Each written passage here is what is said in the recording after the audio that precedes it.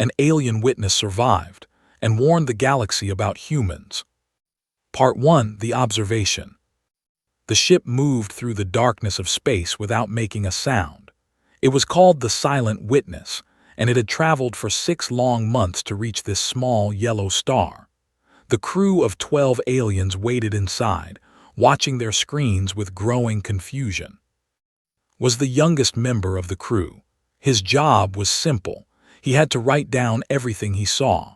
He had to record every detail about the creatures living on the 3rd planet from the sun. The council wanted to know if these creatures were worth watching, was about to find out. Captain stood at the center of the observation room.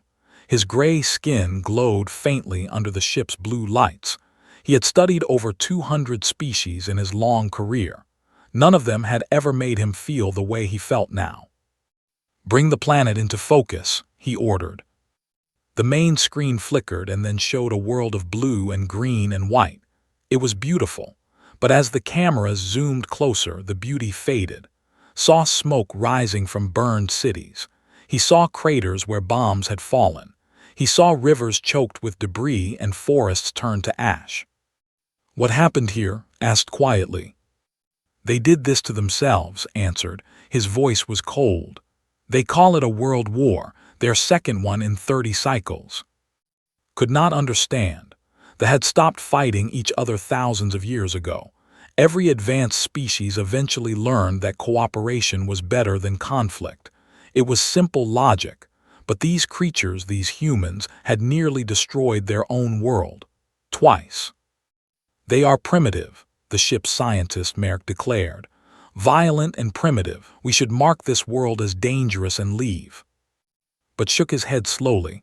"No, we watch, that is our mission." So they watched. For the next 3 years, the Silent Witness stayed hidden behind the planet's moon. Every day, recorded what he saw. Every night, he tried to make sense of it. He saw humans pulling dead bodies from collapsed buildings. He saw them crying over lost children and lost parents and lost friends. He saw their cities in ruins, their farms destroyed, their hospitals overflowing with wounded. By every measure they used, this species should have been finished. They should have given up. They should have scattered into small tribes and waited for extinction. But they did not give up. Watched a woman named walk through a poisoned wasteland. The bombs that had fallen there had left invisible sickness in the air. Every breath she took was dangerous. Her skin would blister. Her hair would fall out. She might die in weeks or months. She knew all of this and she walked anyway. She carried a bag full of medicine. 12 kilometers away there was a village full of sick children. They were not her children. They were not from her country. During the war, their parents had been her enemies. None of that mattered too. She walked through poison to save children she had never met. Recorded everything. He watched a man named stand in the ruins of an orphanage. The building had been destroyed by fire. The children inside had lost everything. They came from 5 different countries. During the war, their nations had tried to kill each other, but did not see enemies. He saw children who needed a father. He adopted all 7 of them. He gave them his name. He worked 3 jobs to feed them. When people asked him why, he looked confused by the question. "They needed someone," he said simply. "I was there." Did not understand. The logical thing would be to care for your own family first. The logical thing would be to save your strength for your own survival. Had nothing, and he gave it all to strangers. "They are broken," Captain said during a crew meeting. "Their minds are damaged from trauma. This behavior is not sustainable. They will collapse within a generation." Wanted to agree, it would make everything simpler, but he had been watching too closely. He had seen too much. "Captain," he said carefully, "I'm not sure they are broken." Turned to look at him. "Explain." "When they suffer great loss, we become quiet. We turn inward. We process our pain alone before returning to society. It is efficient. It is logical." Pause, choosing his words. "Humans do not do this. They process pain by connecting with others. They sing songs together. They tell stories about the dead. They hold each other and cry together. It looks like weakness, but I think it is something else. What else could it be? Had spent months trying to find the right word. Finally, he found it. Fuel, he said. Their pain becomes fuel. They use it to keep going. Dismissed his theory. The other crew members laughed quietly. Was young and inexperienced. What could he possibly understand that they did not? But kept recording. He watched humans rebuild their cities faster than any model predicted. They did not wait for the grief to end. They built while grieving. They poured concrete while crying. They planted gardens in bomb craters and turned bunkers into schools. He watched them create art about the war. Paintings and poems and songs that described the horror honestly. Any other species would have tried to forget. Humans seemed determined to remember. They built monuments to their own cruelty so that their children would never forget what they were capable of. Why do they remind themselves? Merrick asked one day. It is psychologically damaging. Had an answer, though he was not sure it was correct. I think they do not trust themselves. They know what they can become. They use the memory as a warning. After 3 years, the Silent Witness completed its mission.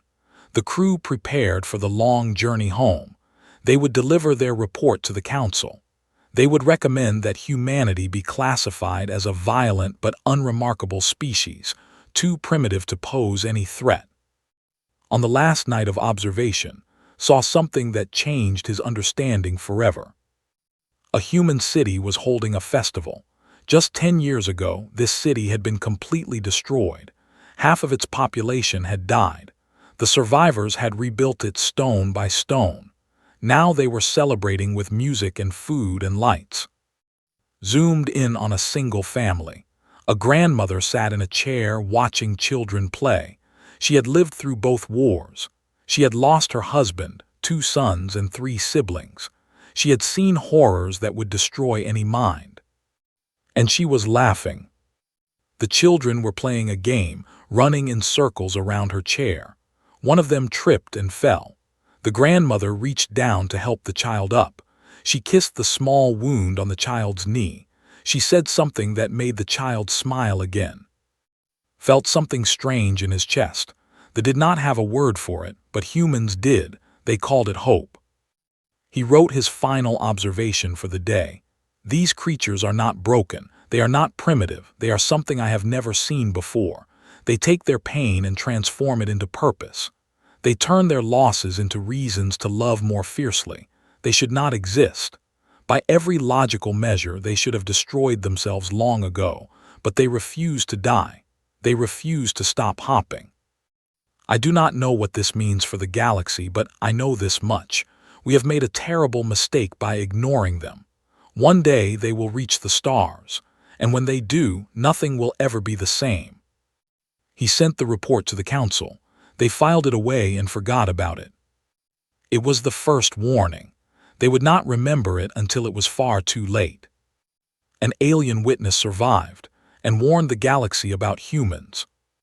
Part 2, First Contact. 40 years had passed since the Silent Witness returned home. Was no longer young. His gray skin had faded to a pale silver, and his eyes had grown tired from decades of reading reports. But he had never forgotten the humans. He had never stopped watching them from afar. Now he commanded his own ship, the Silent Witness II. His mission was the same as before. Watch, record, do not interfere. The council had strict rules about developing species. They were to be observed, never touched. Contact could change their natural growth. It was forbidden. Followed these rules. He had followed them for 40 years. But tonight, everything would change. Commander, his lieutenant called out, we have detected an unknown vessel entering our sector. Walked to the main screen. His heart beat faster when he saw what was floating through the darkness. It was small, barely larger than a transport shuttle. Its metal hull was covered in scorch marks and patches. Wires hung loose from broken panels. It looked like something a child might build from spare parts. What is that? The lieutenant asked. Already knew. He had been waiting for this day for 4 decades. "It is human," he said quietly. "They have reached the stars." The Council had predicted it would take humanity 300 more years to develop space travel. The Council had been wrong. Humans had done it in 40 years. They had looked up at the darkness between stars and decided to cross it using nothing but metal, fire, and stubborn determination. The small ship was drifting now. Its engines had failed, ordered his crew to scan for life signs. There were two, both fatting. "They are dying," the ship's doctor reported. "Oxygen levels are critical. They have perhaps 6 hours remaining." Protocol was clear. Do not interfere. Let nature take its course. They had watched thousands of species fail to reach the stars. It was sad but natural. Some species simply were not ready. But could not look away from his screen. He enhanced the image until he could see through the human ship's small window. Inside, two figures moved slowly in the dim emergency lighting. One was a man. His name, would later learn, he was thin and exhausted. His fingers bled from hours of trying to repair broken systems. He had not slept in 3 days, but he was not resting now. He was working. The other was a woman named. She was a scientist. Her job had been to study any alien signals they might detect. Now, with death approaching, she sat at her broken console and typed. Her fingers moved steadily across the keyboard even as her breathing grew shallow. Watched them with growing confusion. What are they doing? They should be conserving oxygen. They should be recording final messages for their families. His lieutenant studied the scanner data. The male is rerouting all remaining power to the communication systems. The female is writing something. It appears to be a detailed analysis of signal patterns. Understood suddenly. His chest tightened with that strange feeling he had first experienced 40 years ago. Hope. "They know they are dying," he said slowly. "They are not trying to save themselves. They are trying to help the humans who will come after them. They are leaving a map." Finished his work. Every light in the ship went dark except for the communication array. He had given up heating, life support, everything just to boost signal. She would have perhaps 2 hours now instead of 6, but her message would travel farther. Some future human ship might detect it. They would learn from her discoveries. Her death would have meaning. Kept typing. Her fingers were turning blue from the cold. Her breath made clouds in the freezing air. But she did not stop. She wrote everything she knew about the signals she had detected. She described the patterns, the frequencies, the possible meanings. She was giving humanity a gift that would take years to recreate.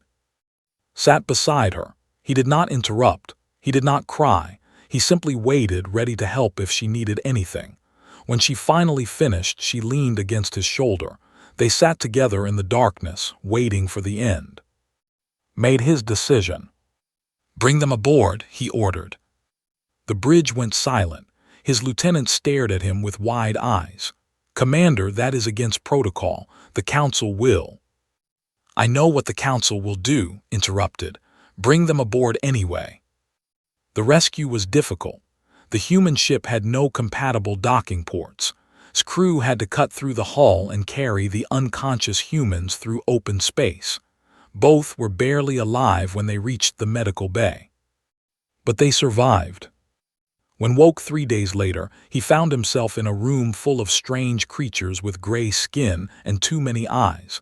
Any other species would have panicked. They had seen it before. First contact was always terrifying for primitive minds. Sat up slowly. He looked around the room. He looked at who stood waiting by the door. Then he spoke the first words ever said by a human to an alien face. "Is okay." Not "where am I?" Not "what are you?" His first thought was for his companion. Felt that strange warmth in his chest again. "She is alive," answered. His translator turned his words into sounds the human could understand. "She is resting in another room." Relaxed, he actually smiled. "Good, that is good. She worked so hard on that transmission. It would be sad if she never knew if it got through." "It got through," said.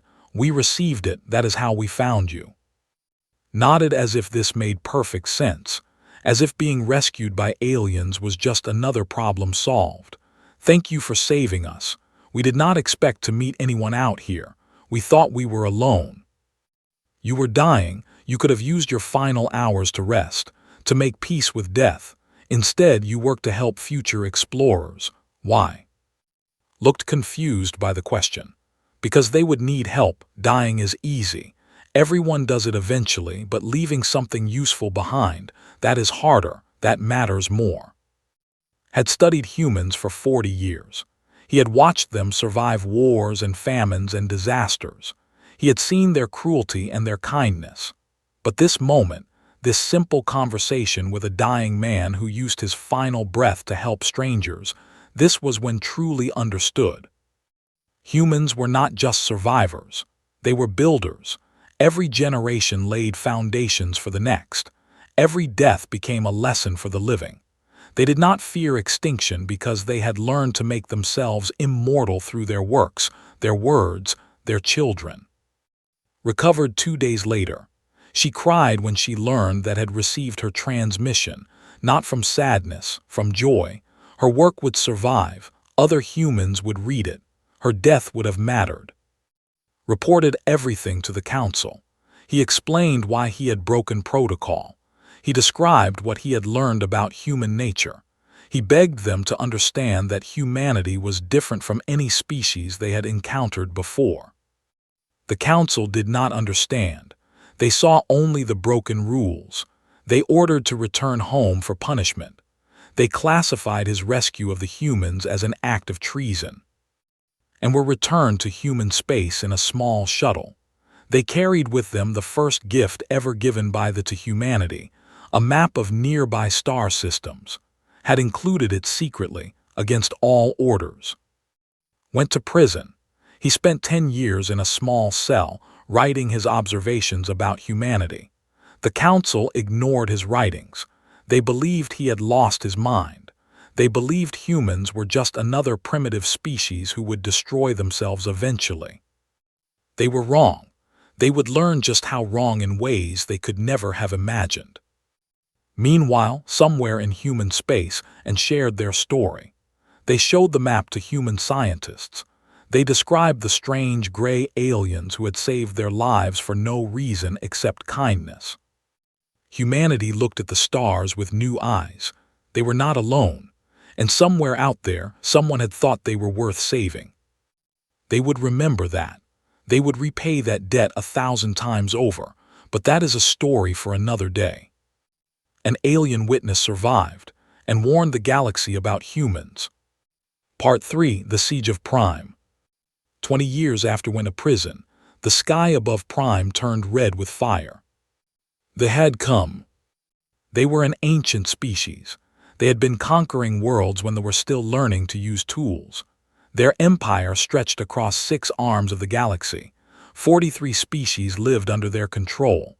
Some had surrendered peacefully. Most had been crushed by overwhelming force. Now they wanted Prime. Their fleet appeared without warning. 2,000 warships, each one larger than any city. They blocked out the stars themselves. The defense fleet tried to stop them. The battle lasted 7 hours. When it ended, every ship was dust and fire drifting through space. The landed ground forces on the 3rd day. Their soldiers were tall, covered in black armor that absorbed light. They did not speak. They did not negotiate. They simply marched through cities, destroying everything that resisted. By the 7th day, the capital had fallen. The council hid in underground bunkers, broadcasting desperate pleas for help to anyone who might listen. No one answered.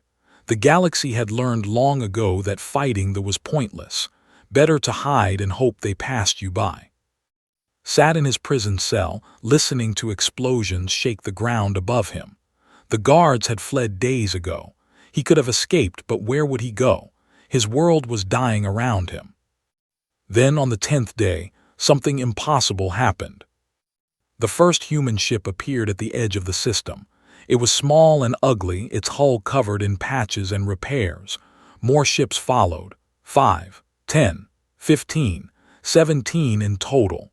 17 tiny vessels against 2,000 warships. The commander broadcast a message to the human fleet. You are outnumbered. Your weapons are weak. Your species has never fought a real war. Turn back now, and we will let you return home to die in peace. The human response came from a man named. He had been a cargo pilot 6 months ago. He had learned military tactics by reading old training manuals and had brought back from their mission. He was not qualified to lead a fleet into battle against the greatest military power in the galaxy. He led them anyway. We did not come here to turn back, said. His voice was calm and steady. They saved 2 of our people when they did not have to. We are here to return the favor. You can surrender now, or you can learn why humans are worth saving. The commander laughed. It was a harsh sound like metal scraping against stone. Foolish creatures, we have conquered species far greater than you. Maybe, replied, but you have never fought humans before. The battle began. Was released from his cell by an officer who needed every soldier available. He was given a communicator and told to monitor human transmissions. What he heard over the next 47 hours would change him forever. The human ships were completely. Their weapons barely scratched armor. Their shields failed after a few hits. By every logical measure, they should have been destroyed in the first hour. But they refused to die. When their ships took damage, they did not retreat. They flew closer to the enemy. When their weapons ran out of ammunition, they converted cargo containers into giant bullets and launched them by hand. When one ship lost its engines, another ship pushed it into position so it could keep fighting. A young pilot named commanded a small fighter craft. She was 23 years old. She had been a music teacher before the war. She had volunteered because she could not stand the idea of doing nothing while others fought. Her ship was hit badly on the second day. The controls were barely working. She had enough power to escape to safety or enough power for one final attack. She did not hesitate. Tell my sister I love her, she broadcast to the fleet. Then she aimed her dying ship at the largest carrier in the formation. She flew directly into its engine core. The explosion tore the carrier apart. 3,000 soldiers died in an instant. The carrier crashed into 2 other ships, destroying them as well. His final word was broadcast to everyone, including. It was a single word directed at her sister back on Earth. Remember. Wept, they did not cry often. Their emotions were different, more controlled. But something about that word broke through all his defenses. Remember. It was not a request to mourn. It was a command to keep fighting, to make her death mean something. The humans kept fighting. Organized the remaining ships into tight formations. They flew so close together that their hulls scraped against each other. They could not target one ship without hitting others. Every shot they fired caused damage, but the humans kept coming. By the end of the second day, only 8 human ships remained. They were all damaged. Most were held together by emergency welds and desperate prayers. They still had over 1,500 warships. It should have been over. Any rational species would have retreated. The humans had made their point. They had proven their courage. No one would blame them for saving what remained of their fleet. Refused to leave.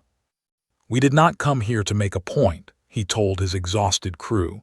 We came here to save them. They are still dying. We are still fighting. Anyone who wants to leave, I will not stop you, but I am staying until this is finished. No one left. On the 3rd day, something changed. They began to hesitate. Their formations became sloppy. Their attacks became less coordinated. Monitored their communications and heard something he had never heard before in transmissions. Confusion. Why do they not retreat? An officer demanded. Their ships are failing, their people are dying. Why do they keep attacking? No one could answer him. They had conquered 43 species. They had learned every trick, every strategy, every desperate last stand that conquered peoples could attempt. They knew how to break spirits. They knew how to crush hope. They had perfected the art of making enemies give up. But humans did not give up. They did not know how. Every loss made them angrier. Every death made them more determined. They had killed 7 of their ships, and the remaining 8 fought twice as hard. By the end of the 3rd day, the commander made a decision that had never been made in the history of the Dominion. He ordered a retreat. Not a full retreat, the still controlled prime, but their fleet pulled back to reorganize. They needed time to understand what they were fighting. They needed to learn why these strange, small creatures would not simply die like every other species in the galaxy. Watched the ships withdraw. He watched the human vessels, battered and broken, hold their position. He watched broadcast a message to the below. "We are still here," said. His voice was tired but steady. "We will not leave until you are safe. This is our promise." Finally understood what he had been trying to explain for 60 years. Humans were not strong because of their weapons or their ships or their technology. They were strong because they made promises and kept them. They were strong because they turned strangers into family. They were strong because every death created new reasons to fight. They would return, knew this. They would come back with more ships, more soldiers, more firepower, but they would also come back with something they had never felt before. Fear. For the first time in 10,000 years, they were afraid, and they did not even understand why. They did not know that humans had a special gift. They took their fear and their pain and their losses, and they transformed them into something far more dangerous. They transformed them into rage. And human rage, as the galaxy was about to learn, was the most terrifying force in the universe. An alien witness survived and warned the galaxy about humans. Part 4: The Testimony. The Galactic Assembly had not gathered in full session for 300 years. The last time had been to discuss a plague that threatened to spread across the galaxy. This time, they gathered to discuss something far more concerning. They gathered to discuss humans. The Great Hall was enormous. It could hold representatives from 9,000 species. Today, every seat was filled. Creatures of every shape and size sat in their designated sections. Some breathed oxygen, some breathed methane, some did not breathe at all. They came from every corner of the galaxy, and they all shared one thing in common. They were all afraid. News of the siege of Prime had spread quickly. The who had been unstoppable for 10,000 years had retreated from a handful of human ships. No one could explain it. No one could understand it. And what could not be understood was feared. Stood at the center of the Great Hall. He was old now, his gray skin almost white, his eyes tired from 80 years of watching and waiting. But his voice was strong as he addressed the assembly. "You have asked me to explain humans," he began. "I cannot. In 80 cycles of observation, I have found no explanation. I have only found patterns." He activated a holographic display. Images appeared in the air above him, not images of battles or weapons or conquests. Instead, he showed them small moments, quiet moments, moments that most species would have ignored. The first image showed a human woman named. She had lost both legs during the siege. A bomb had destroyed the shelter where she was hiding. She had crawled through rubble for 3 hours before rescuers found her. "This woman was offered advanced prosthetics from our medical teams," explained. She refused. Instead, she built her own replacement legs from ship debris. It took her 4 months. The pain was constant. She could have accepted help at any time. She refused every offer.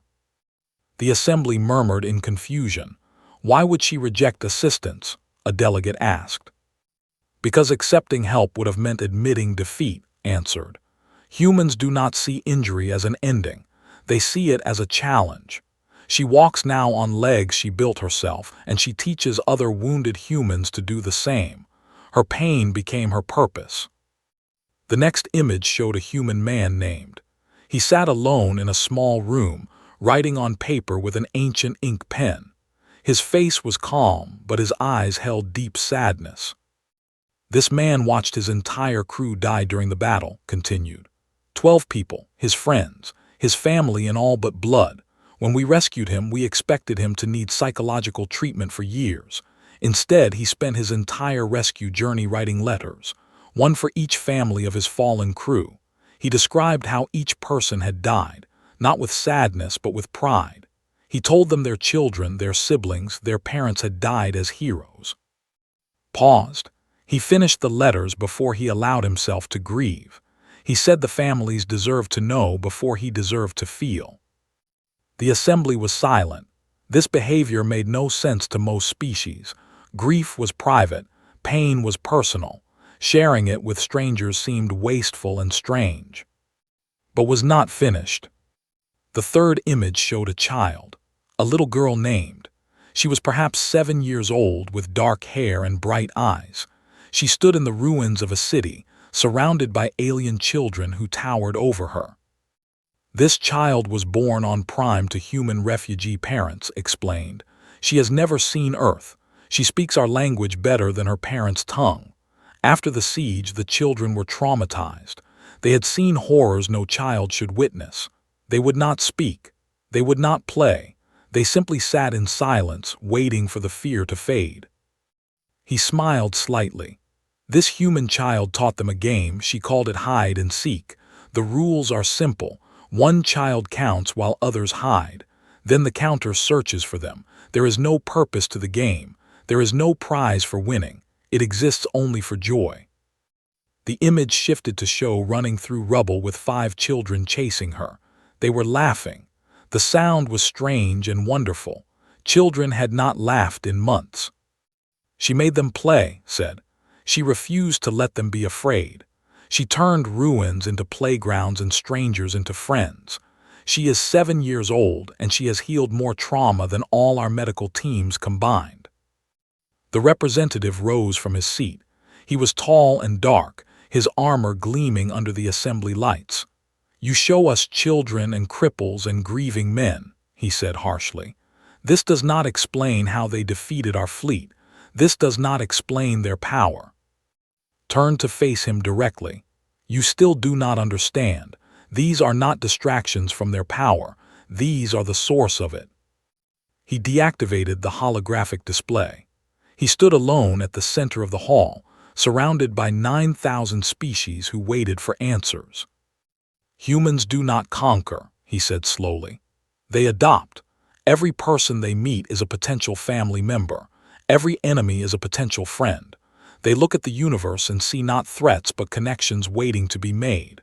Their word for stranger is temporary.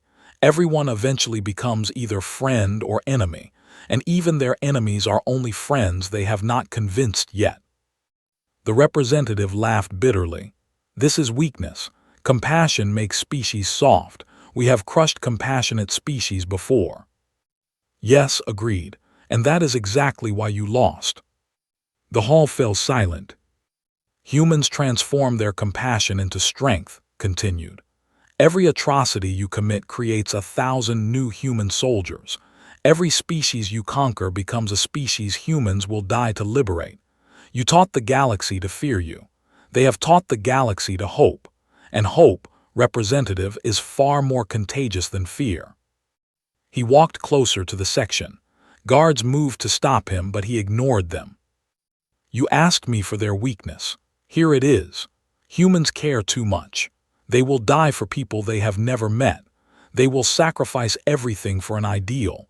They will fight battles they cannot win simply because someone somewhere is suffering and they cannot bear to do nothing. Stopped directly in front of the representative. They stared at each other across the divide between species. You see this as weakness. You are wrong. They have weaponized their compassion. Their love for strangers makes them fearless. Their need to protect makes them relentless.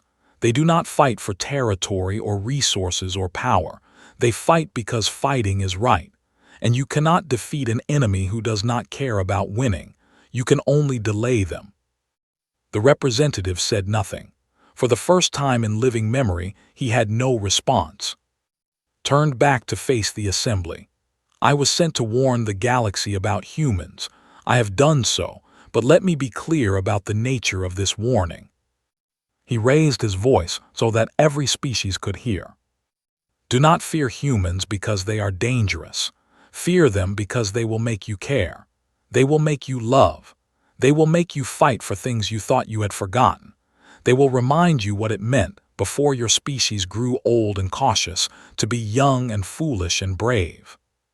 He smiled sadly. "They will make you hope again. And hope, as every old soul knows, is the most dangerous thing in the universe. It can make you do impossible things. It can make you believe impossible dreams. It can make you, despite all logic and experience, try again when you have already failed." He lowered his head. "I have given you my warning. What you do with it is your choice. But know this, the humans are coming, not as conquerors but as friends. And friendship with humans changes everything it touches." The assembly voted that day. For the first time in galactic history, they voted to welcome a new species as full partners rather than subjects to be studied. Humans would have a seat at the table. Humans would have a voice in galactic affairs. The voted against it, they stood alone. And somewhere in human space, a species that had nearly destroyed itself less than a century ago prepared to take its place among the stars. They did not know what challenges awaited them. They did not know what enemies they would face, but they knew one thing with absolute certainty. They would face it together, they would face it with hope, and they would never ever give up. An alien witness survived and warned the galaxy about humans. Part 5: The Inheritance. 200 years had passed since first looked down at Earth and watched a species rebuild itself from the ashes of war.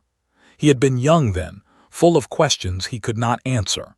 Now he was ancient, the oldest living in recorded history, and he finally understood. The room where he rested was quiet and warm. Human medical technology had kept him alive far beyond his natural. He did not know if this was a blessing or a curse. Perhaps it was both. Perhaps that was the most human lesson of all. The galaxy outside his window had changed beyond recognition. The Dominion had not been conquered. Humans did not conquer. Instead, the Dominion had simply dissolved over the course of a century. Species that had been enslaved for thousands of years began to escape to human-protected space. At first, it was a trickle. Refugees in stolen ships, risking everything for freedom. The humans welcomed them. They did not ask questions. They did not demand payment. They simply opened their doors and said, "You are safe here. You are home now." Word spread. The trickle became a flood. Former subjects arrived by the millions. They brought nothing but their trauma and their hope. Humans gave them food, shelter, education, and something far more valuable: dignity. Every refugee was treated as a person, not a problem. They tried to stop it. They sent soldiers to hunt escaped slaves. The humans stopped them. They sent assassins to kill refugee leaders. The humans protected them. They sent diplomats to demand the return of stolen property. The human ambassador, a woman named, responded with words that would echo through galactic history. "People are not property. They never were. Your empire was built on a lie, and lies always crumble eventually. You can fight us if you want, but we are not your true enemy. Your enemy is the idea that people deserve to be free, and you cannot kill an idea." The empire did not fall in battle. It fell because its subjects simply left. Why serve tyrants when freedom was only a jump away? Why die for masters when strangers across the galaxy would die for you? Within 100 years, they controlled only their home system. Their fleet rusted in orbit around dead worlds. Their soldiers grew old with no wars to fight. The greatest military power the galaxy had ever known ended not with a bang, but with a quiet, gradual emptiness. Had watched it all. He had written everything down. His testimony filled hundreds of volumes now, stored in libraries across the galaxy. Scholars studied his words, trying to understand how humans had accomplished what no species before them had managed. He could have told them, it was simple: humans made you want to be better. A soft knock interrupted his thoughts. The door opened and a young woman entered. She was human with dark hair and kind eyes. Her name was.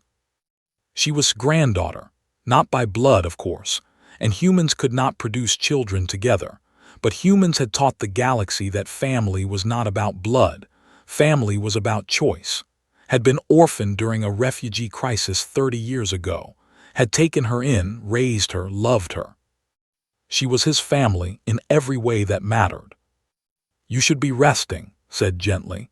She sat beside his bed and took his hand. Her skin was warm against his cold scales. "I have been resting for 200 years, replied. His voice was weak but clear. "I am tired of resting. I want to finish my testimony." Smiled sadly. She knew what this meant. Had been working on his final testament for months now. He wanted to leave something behind, something that would explain everything he had learned. "Then tell me," she said. "I will write it down." Closed his eyes for a moment, gathering his thoughts. Outside the window, a human ship passed by, its hull painted with the flags of a dozen species who now called it home. Children played on its observation deck, chasing human children, laughing together in languages their grandparents could never have imagined. "I have watched humanity for 220 cycles," he began slowly. "I have seen them at their worst, the wars, the cruelty, the capacity for destruction that terrifies every species who learns of it. I watched them burn their own cities. I watched them kill their own brothers. I saw darkness in them that would make the seem gentle." Wrote silently, not interrupting. "But I have also seen them at their best, the sacrifice, the compassion, the stubborn refusal to abandon hope even when hope is illogical. I watched a woman walk through poison to save children she had never met. I watched a man adopt orphans from enemy nations. I watched a dying pilot use her last breath to help people who had not yet been born." He opened his eyes and looked at his granddaughter. She was crying quietly, tears running down her cheeks. "I was sent to warn the galaxy about humans," he continued. "I have done so, but I must explain what that warning truly means." He squeezed her hand with what little strength he had left. "Do not fear humans because they are dangerous. All species are dangerous. Fear them because they will change you. They will make you care about things you never cared about before. They will make you love creatures you were taught to hate. They will make you fight for causes you thought were hopeless." His voice grew softer, but his words grew stronger. "They will remind you what it meant to be young, before your species grew cautious and afraid, before you learned that safety was more important than joy. They will make you remember what it felt like to hope, truly hope, for something better." Wiped her eyes but kept writing. "The galaxy did not listen to my warning," said. "They welcomed humans anyway. They traded with them, married them, adopted them, were adopted by them. Human children now speak 100 languages. Human blood flows in the veins of a dozen species. Human hope has infected every corner of the galaxy." He smiled. It was a human expression he had learned long ago, and it still felt strange on his face. But it also felt right. "And we are all better for it." He fell silent for a long moment. Thought he might be finished, but then he spoke again, his voice barely above a whisper. "I have one final observation to add. One thing I have learned that no book or report can truly capture." He looked at her with eyes that had seen 2 centuries of history. "Love is not weakness. Compassion is not foolishness. Hope is not. These things seem soft because they are gentle, but they are stronger than any weapon. They are more lasting than any empire. They are the only things in this universe that grow stronger when shared." He closed his eyes. "Humans taught me this. They taught the whole galaxy this. And even when the last star burns out and the universe grows cold and dark, that lesson will remain. Because somewhere in some form, someone will remember that once upon a time, a strange species from a small planet looked up at the stars and decided to be kind." He took a long, slow breath. "That is my testimony. That is my warning. That is my gift to whoever reads these words in the ages to come." Finished writing, she set down her pen and held his hand with both of hers. "Thank you," she whispered. "Thank you for everything." Smiled one last time. "Thank you for proving me right," he replied. "You are the best of both our peoples. Carry it forward." He closed his eyes and did not open them again. But his words lived on. They were translated into every language in the galaxy. They were taught in schools and debated by philosophers.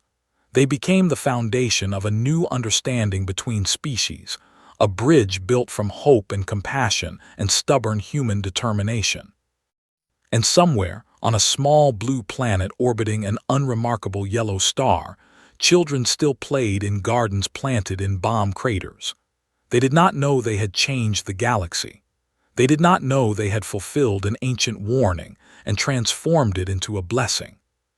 They only knew that the stars were beautiful and the future was bright, and somewhere out there, new friends were waiting to be found. And that was enough. That was always enough. The end.